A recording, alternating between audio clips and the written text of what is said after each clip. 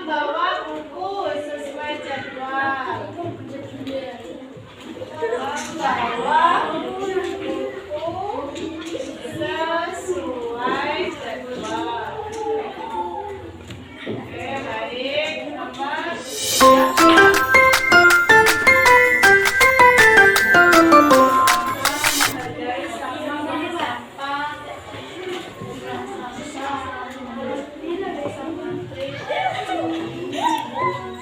Tidak berkata-kata, ya.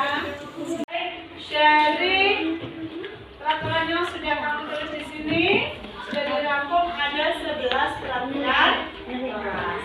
Sekarang kita ambil menjadi nilai positifnya.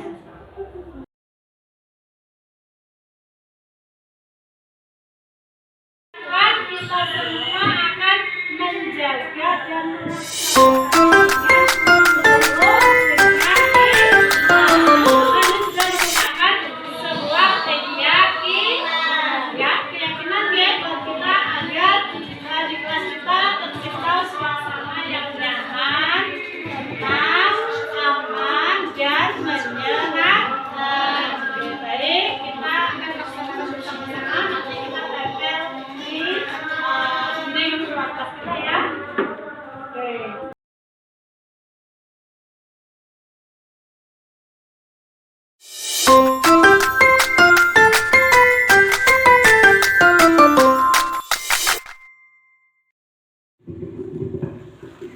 Assalamualaikum warahmatullahi wabarakatuh.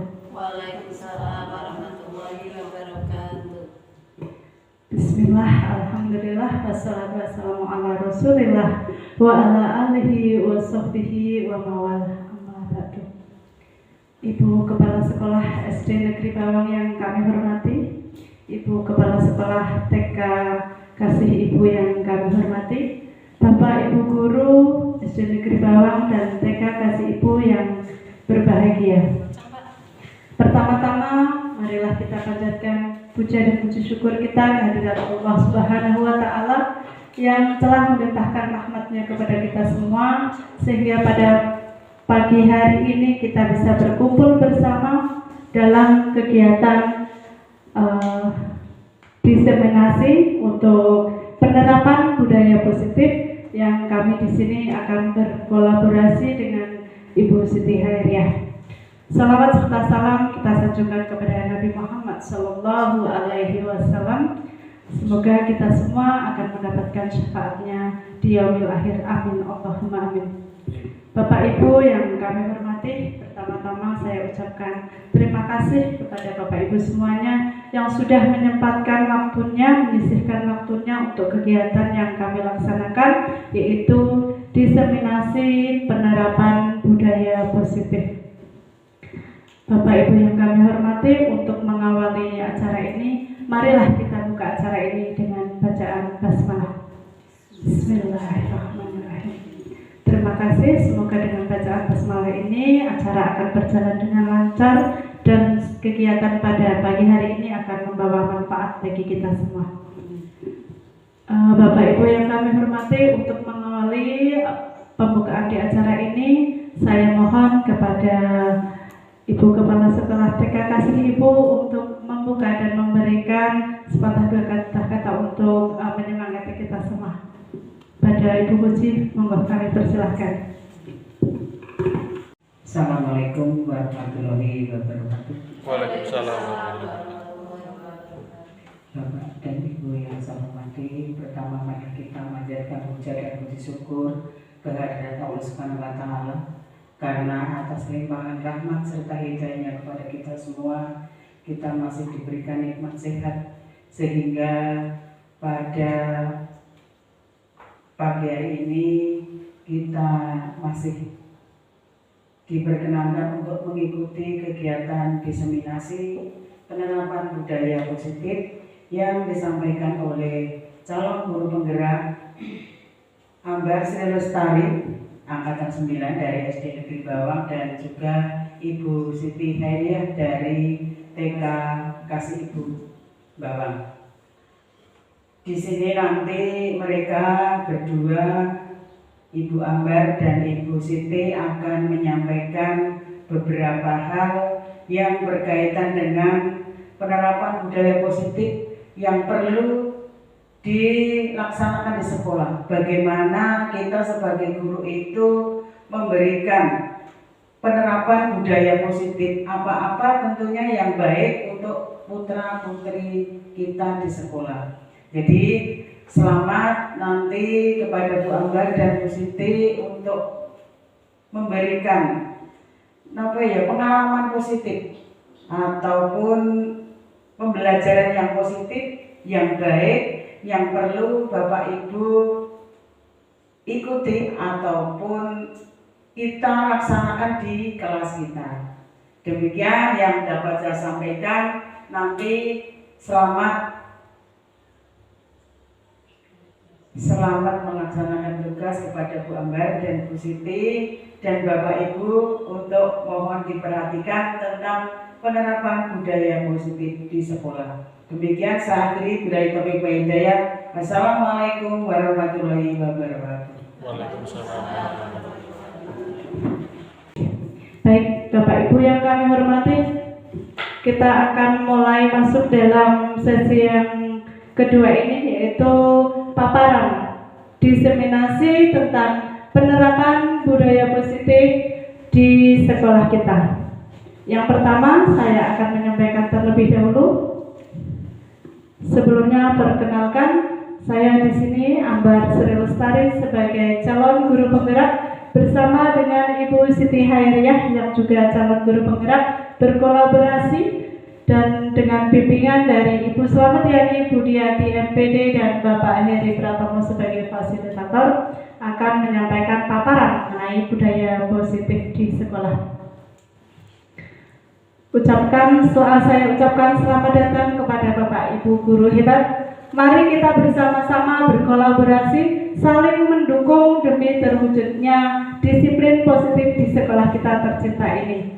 Terutama saya dan Ibu Siti Hairiyah ini tentunya tidak akan bisa melaksanakan apa yang akan menjadi angan-angan atau cita-cita ataupun visi yang sudah kita sampaikan pada pertemuan sebelumnya, yaitu visi sekolah kita tanpa adanya dukungan dari Bapak Ibu semuanya. Kita bersama-sama akan bergerak bersama, akan menerapkan budaya positif bersama di sekolah tercinta ini. Untuk itu kita akan biar sepaham ya, untuk menyepahamkan langkah-langkah apa yang harus kita lakukan berkaitan dengan budaya positif di sekolah. Latar belakang dari kegiatan ini yaitu hal yang mendasari saya dalam membuat aksi nyata ini, kegiatan diseminasi ini, yaitu saya ingin menerapkan budaya positif di sekolah untuk mewujudkan profil pelajar Pancasila.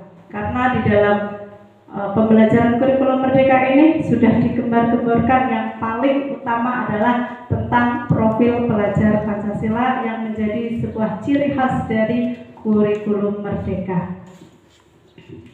Dalam acara ini kita akan menyampaikan yang pertama adalah perubahan paradigma belajar, disiplin positif, kebutuhan dasar manusia, motivasi perilaku manusia, posisi kontrol restitusi, keyakinan kelas, dan segitiga restitusi. Jadi mungkin agak lama nanti kita akan bersama-sama di sini. Mohon Bapak Ibu siap untuk mengikuti sampai akhir. Semoga waktunya bisa sampai karena ini hari Jumat ya, insya Allah. Baik Ibu, kita akan mulai yang pertama, pembelajaran dengan paradigma baru. Seperti dalam kurikulum Merdeka yang sudah kami sampaikan bahwa pembelajaran dengan paradigma baru, pembelajaran yang berorientasi pada penguatan kompetensi dan pengembangan karakter sesuai dengan profil pelajar Pancasila. Tentunya Bapak Ibu sudah tidak asing lagi tentang profil pelajar Pancasila, di mana profil pelajar Pancasila ini harus kita terapkan, harus kita laksanakan, dan kita implementasikan benar-benar di dalam pembelajaran kepada peserta didik kita. Dalam profil pelajar Pancasila ini ada 6 komponen utama dalam dalam profil pelajar Pancasila. Yang pertama adalah beriman, bertakwa kepada Tuhan Yang Maha Esa dan berakhlak mulia. Hal itu sudah masuk dalam visi misi di sekolah kita. Tentunya di TK juga di TK juga dan di SD juga. Tentunya ini sangat penting. Kita menghadapi situasi seperti itu, kiranya kita tanya dulu, kita cari tahu latar belakang yang suka meminta makan pada doni itu, latar belakangnya bagaimana, apakah karena dia tidak pernah diberi bekal oleh ibunya, ataukah karena diberi bekal tapi dia masih lapar, bekalnya kurang, atau bagaimana. Kata Ibu Wuci bahwa kita mencari tahu dulu. Seandainya alasan yang disampaikan oleh Doni itu misalnya karena saya tidak makan di rumah, saya belum makan di rumah, saya tidak diberi tidak sempat sarapan di rumah, maka kebutuhan yang diperlukan oleh Doni merupakan kebutuhan apa, Ibu? Kebutuhan bertahan hidup, ya. Kebutuhannya adalah bertahan hidup. Namun jika seandainya Doni itu ditanya kok alasannya tidak apa-apa, saya suka saja karena saya suka kalau melihat teman-teman itu merengek karena misalnya dia hanya sekedar iseng saja. Ternyata dia sudah sarapan dari rumah, tapi dia hanya memang sekedar iseng kepada teman. Berarti kebutuhan Doni ini di sini posisinya sebagai apa, Bapak Ibu? Kesenangan, ya. Dia mencari kesenangan. Dia usil hanya untuk mencari kesenangan saja. Tapi manakala dia alasannya ternyata makanan saya ini terus, dia diberi bekal, tetapi makanya mie telur lagi. Nah, makanya dia terus meminta bekal kepada teman. Berarti dia kebutuhannya adalah apa? Kebebasan. Dia ingin makan yang dia suka. Dia ingin makan yang bebas, jangan itu terus, ya. Kemudian seandainya dia merasa bangga, ingin mengambil makanan temannya itu, dia kok merasa bangga, senang karena dia sudah berhasil mengambil makanan punya teman. Berarti hanya di sini adalah sebagai penguasaan, betul sekali. Berarti dia sudah merasa dia bisa mengambil makanan teman. Kemudian yang satu ini dia kadang kalau misalnya hanya mengambil makanan teman itu, ingin ibu gurunya menyampaikan kepada orang tuanya. Biasanya kan kalau ada permasalahan, kemudian ibu guru mau mengundang orang tua, bagaimana kok anaknya seperti ini, berarti dia adalah mencari perhatian karena dia membutuhkan kasih sayang. Nah, di sini ibu-ibu maksudnya kita menganalisa makna dari apa sih motivasi anak melakukan hal tersebut.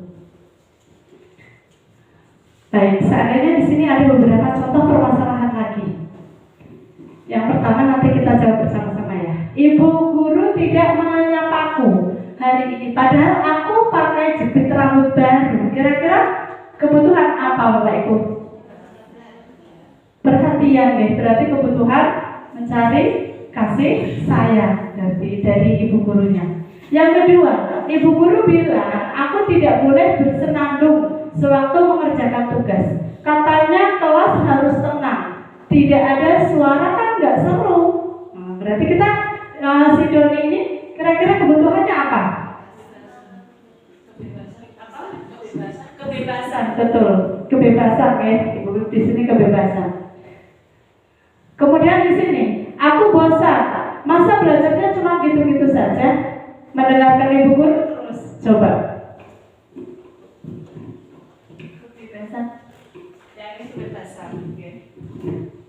Ya, ibu guru menunjukkan gambarku pada teman-teman di depan kelas. Kira-kira apa? Padahal gambarku nggak bagus. Kenapa kok ibu guru menunjukkan gambarku kepada teman-temanku? Penghargaan? Coba kita lihat, ya. Untuk jawabannya kita lihat. Jawabannya di sini. Yang pertama tadi adalah kasih sayang, sudah betul.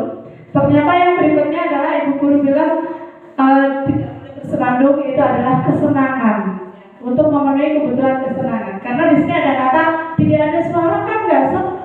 Di sini adalah dia suka hal-hal yang menyenangkan, ya, kesenangan. Kemudian aku bosan. Di sini menunjukkan adalah adanya ingin dia merasa bebas dengan kegiatan-kegiatan yang lain. Jangan begitu-begitu terus, begitu ya. Dan yang terakhir pemasaan, dia menunjukkan gambarnya.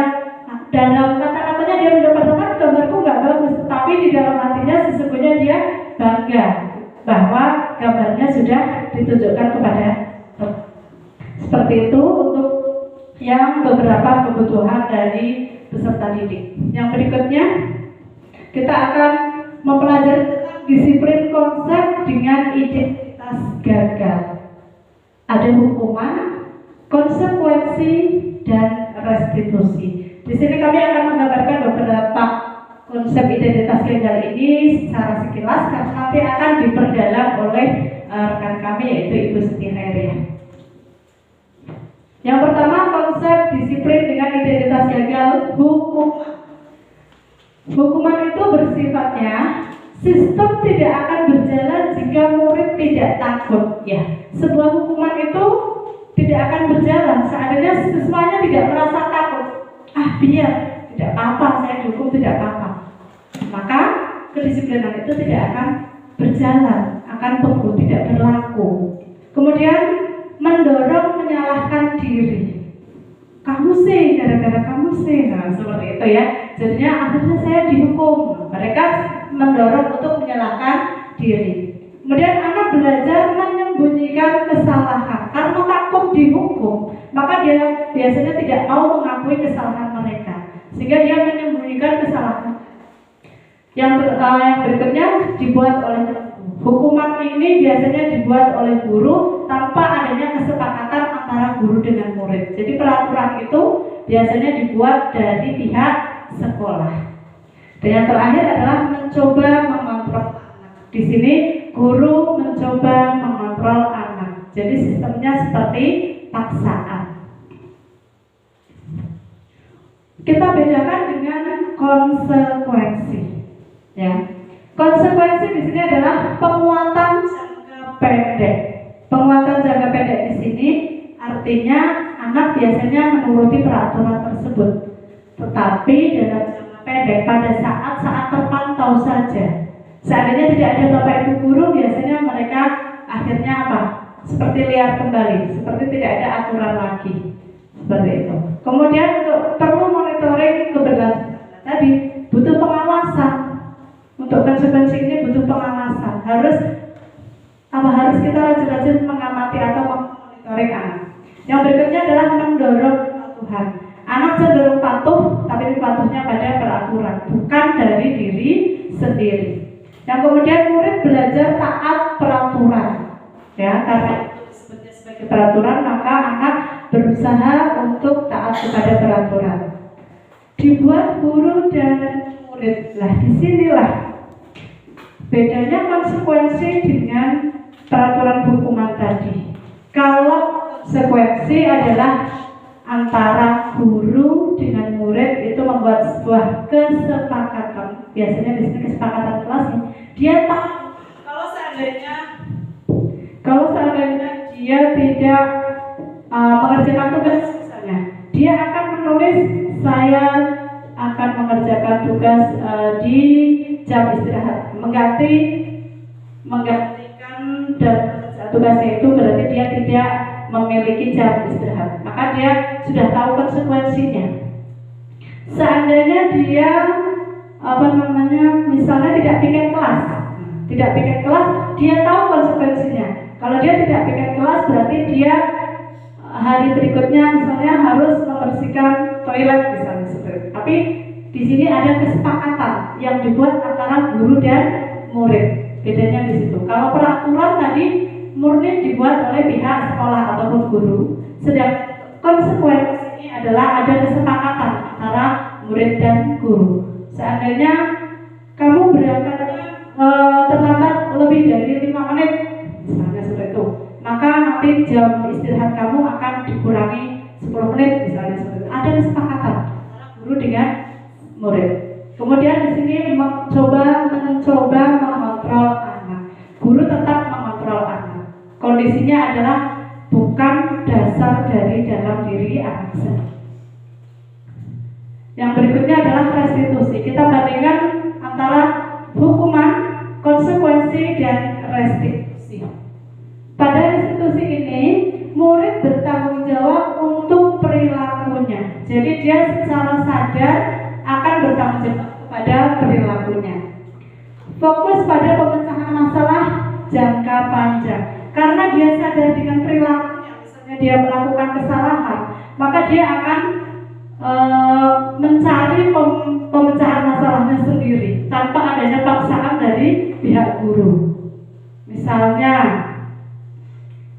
terjadi perkelahian, ada setelah diklarifikasi memang anak A misalnya memang bersalah, maka guru akan memberi pertanyaan-pertanyaan kepada si anak ini.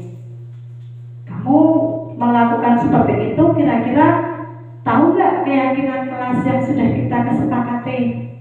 Nanti anak akan jawab, iya tahu Bu Guru, saya tidak menghormati teman dan lain sebagainya.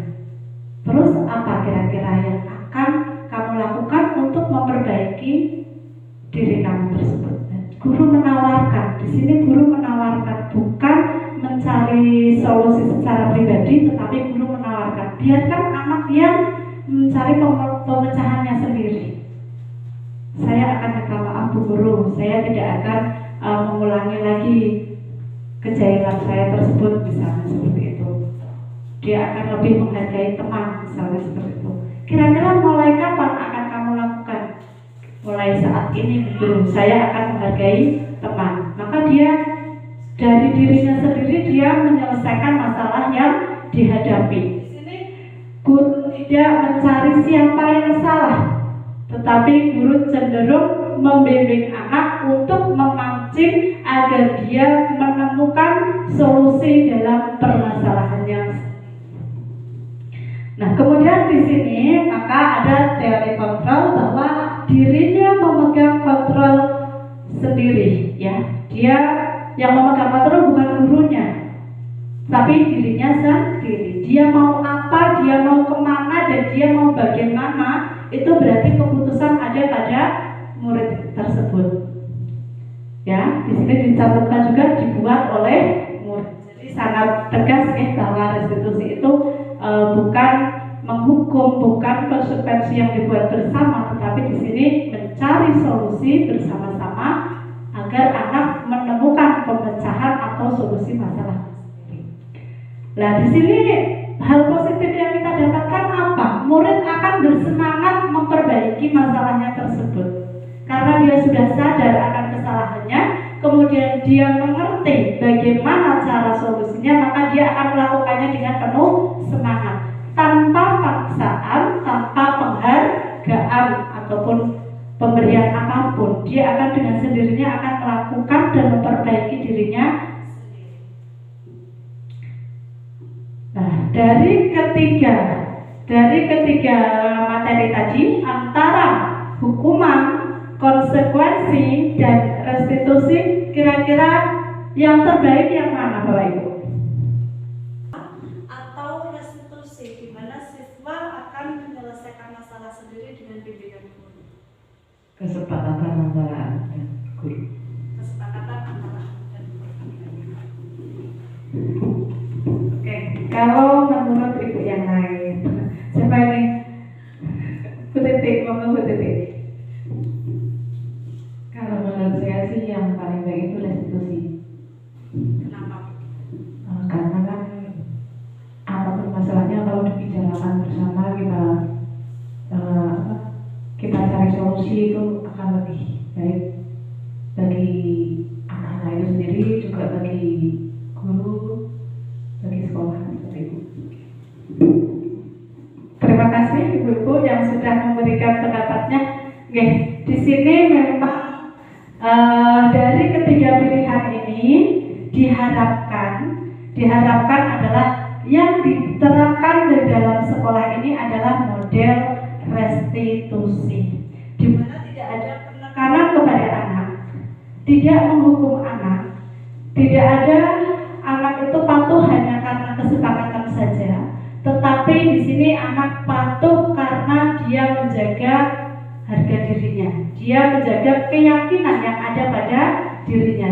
Dan di sini anak dilatih untuk menyelesaikan masalahnya sendiri tanpa ada paksaan, tanpa ada sokongan dari pihak manapun. Sehingga di sini adalah muncul hal intrinsik yang masuk dalam dirinya, ya. Jadi keyakinannya itu sudah muncul di dalam dirinya. Kalau misalnya anak gaduh di sekolahan, di kelas, seandainya gaduh di kelas, maka dia akan diam hanya pada saat bu gurunya ada di kelas. Itu berarti mereka belum memiliki keyakinan untuk dirinya. Tetapi pada restitusi ini, maka dia akan menjaga dirinya sendiri. Dia akan menjaga ada bu guru maupun tidak ada bu guru, maka dia akan konsekuen dengan prinsipnya, dengan keyakinannya sendiri. Seperti itu. Nah, itu yang dapat kami sampaikan untuk ini, karena kami berbagi dengan Ibu Siti Hairiah, maka kami nanti akan undur diri dan Bu Siti Hairiah akan melanjutkan presentasi selanjutnya. Mohon maaf jika dalam penyampaian ini masih banyak kekurangan. Semoga saya di sini diberi kesempatan oleh Allah Subhanahu wa taala untuk menyampaikan penerapan diseminasi penerapan budaya positif di sekolah. Pertama-tama kita panjatkan puja dan puji syukur kehadirat Allah Subhanahu wa taala yang telah memberikan rahmat serta hidayahnya sehingga kita dapat berkumpul di sini dengan keadaan sehat walafiat. Salawat serta salam kita haturkan kepada junjungan kita Nabi Agung Muhammad SAW yang kita nantikan syafaatnya besok di yaumul qiyamah. Amin. Yang terhormat Ibu Kepala SD Negeri Bawang, yang terhormat Ibu Kepala TK Kasih Ibu, dan yang terhormat Bapak Ibu guru semua serta calon guru penggerak angkatan 9. Di kesempatan ini mari kita briefing dulu Bu, karena waktunya memang cukup lama untuk mempresentasikan penerapan budaya positif di sini. Kita briefing dulu Bu, kita bersama-sama berdiri bermain tepuk sebentar.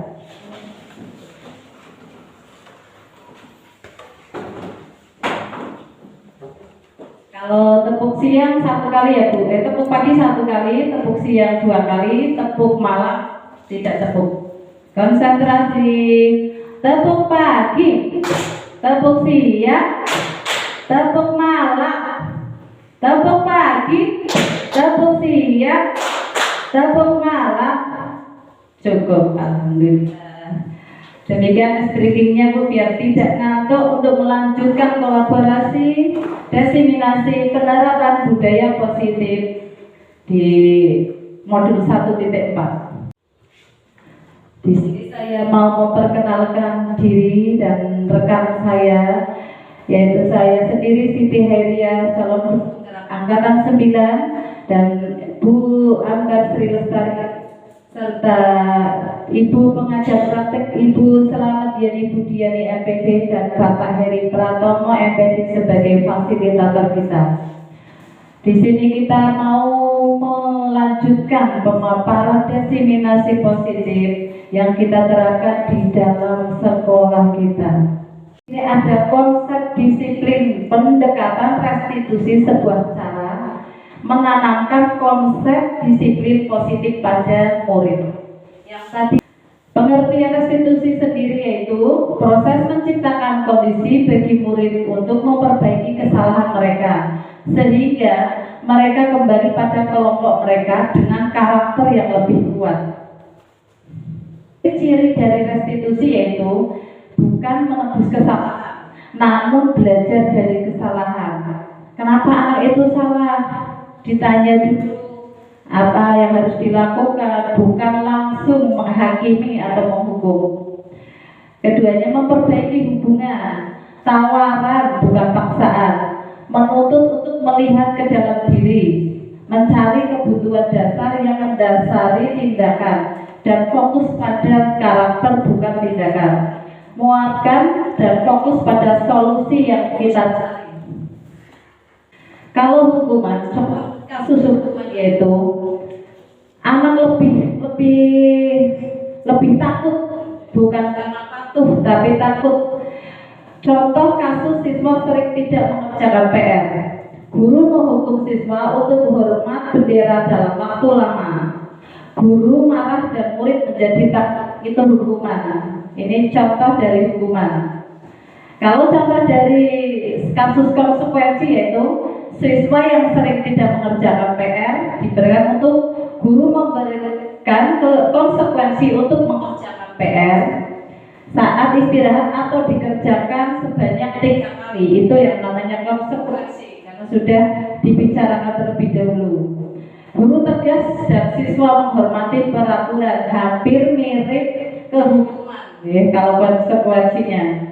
Kalau restitusi, contoh kasusnya yaitu kalau siswa sering tidak mengerjakan PR, guru menanyakan keyakinan kelas apa yang telah disepakati di sekolah.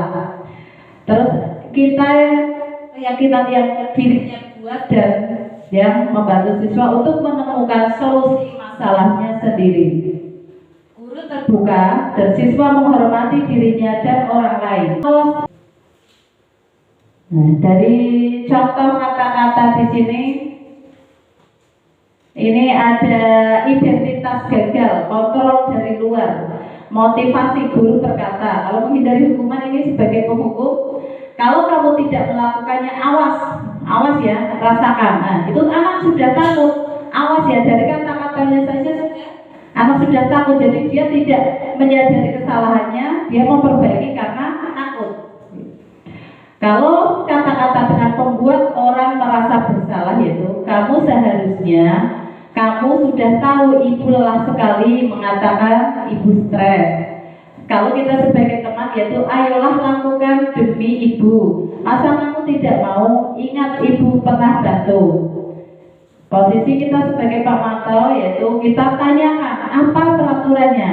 Dan sebagai manajer, apa yang kita yakini, apa yang bisa kamu kerjakan untuk memperbaiki masalah ini. Jadi anak akan menyelesaikan, menemukan solusi untuk memperbaiki kesalahannya dia, bukan karena takut.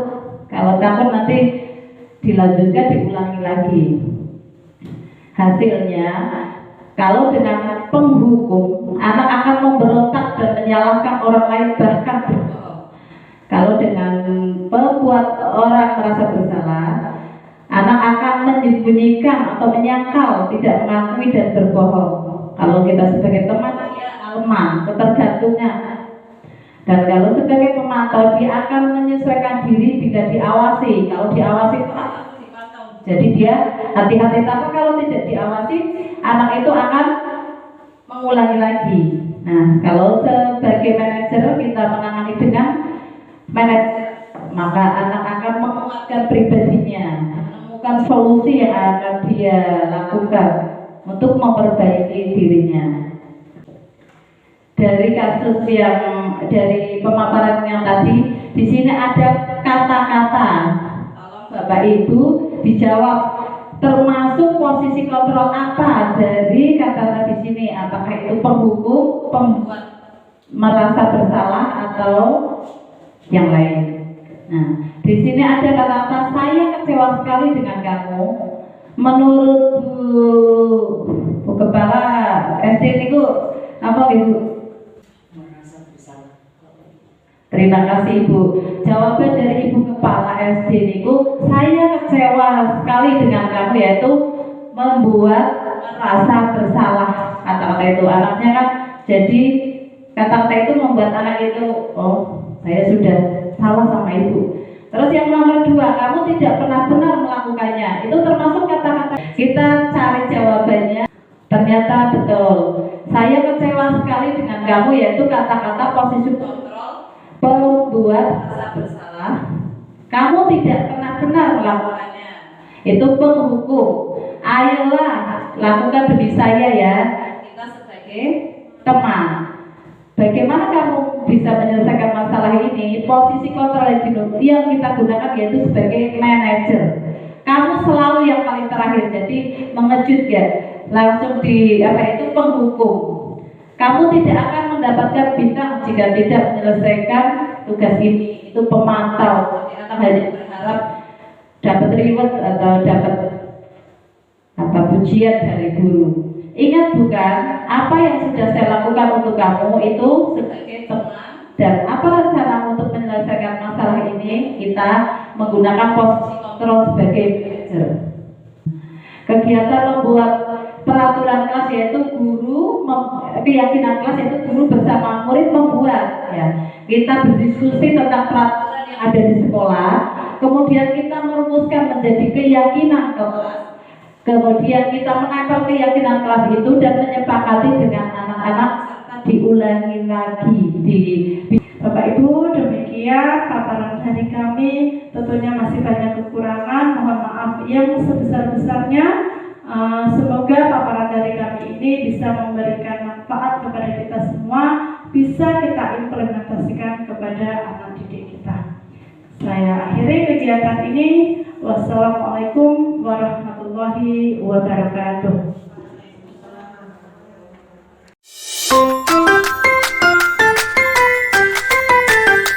Assalamualaikum warahmatullahi wabarakatuh. Saya Ibu Titik Kurnia Rahmani akan memberikan testimoni terhadap Ibu Ambar Silestari, calon guru penggerak Angkatan 9 Kabupaten Batang, yang telah melaksanakan desiminasi tentang budaya positif. Alhamdulillah, dengan adanya desiminasi ini akan memberikan pengetahuan dan wawasan kepada kami selaku guru SD Negeri Bawang, utamanya dalam hal penanganan kasus peserta didik, sehingga menjadikan peserta didik berperilaku sesuai dengan nilai-nilai kebajikan dan menerapkannya menjadi budaya positif di sekolah kami. Semoga hal ini akan membawa kemajuan di sekolah kami. Terima kasih. Wassalamualaikum warahmatullahi wabarakatuh.